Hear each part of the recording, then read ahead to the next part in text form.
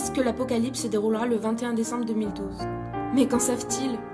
Est-ce que quelqu'un a une définition précise de ce que serait l'apocalypse? C'est ce jour-là que doit s'écrouler le monde, non? Pourtant, mon monde a commencé à s'écrouler il y a bien longtemps. 10 bougies soufflées, un sourire qui se dessinait sur mes lèvres. Vous étiez là tous les deux à me regarder. Je nous croyais unis, et on l'était. Je n'avais pas toujours eu la vie rose, mais votre simple présence me rassurait. Je me sentais protégée, j'étais heureuse. Mais c'est peut-être vous qui deviez être protégée. Peut-être que j'aurais pu faire quelque chose, tu ne crois pas? Ou peut-être que c'est simplement un moyen de supporter la douleur, celle qui me ronge, qui me détruit. Il y a des questions, beaucoup de questions que je me pose. C'était il y a 10 ans, pourtant je me vois attendre. Attendre que tu rentres, mais ne jamais te voir arriver. Puis j'ai appris, j'ai surmonté cette rage, je me suis battue. Non pas pour t'oublier, mais pour vivre avec ton absence, Joe.